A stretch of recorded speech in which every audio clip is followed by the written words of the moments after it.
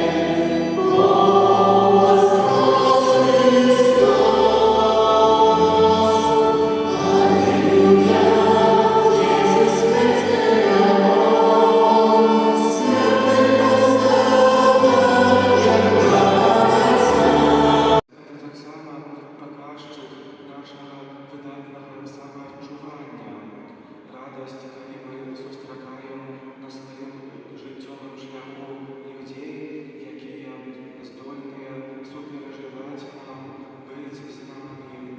Можна перелічувати і перелічувати ситуації, коли виникає це чудовне почуття радості. Знаємо, що нашій радості чогось не вистачає для повного щастя, некої внутрішньої гармонії. Здається, що у нас присутня радость, але чомусь вельми тяжко пережити її усьою своєю особою. Звісно, кожен з нас може переживати її з легкостю і поверховно. Така радость на кілька хвилин, яку можна відчути при допомозі жартів, веселої компанії і так далі. Але подобне почуття не з'являється повною радостю. І це відчуває і розуміє. Бо у глибині нашого серця плюн такої радості, вона не заважальна. Серце зостається неспокійним, нема певності, оптимізму і надії. Обмежовується така радость тільки усмішкою на тварі, а після цієї усмішки може бути навіть непокой чи боязнь. У кожній ситуації це виглядає по-разному. Ці боязні частіше за все грех. Просто чоловіче сумління само по собі вельми уражливе, тому нельзя його у один момент взяти і позбавити чуйності, коли чоловік навіть і привикає до греху, границі пізніше його сумління дасть сигнал непокою.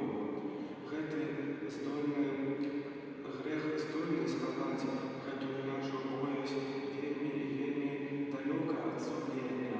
Эту боязнь знойти – це справа часу.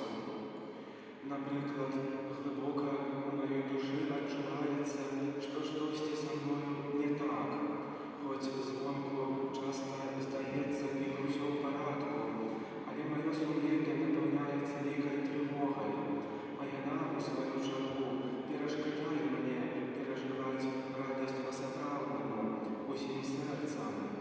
Бо радість – це не трьоххвилинна веселость, а тривалий стан чоловіка,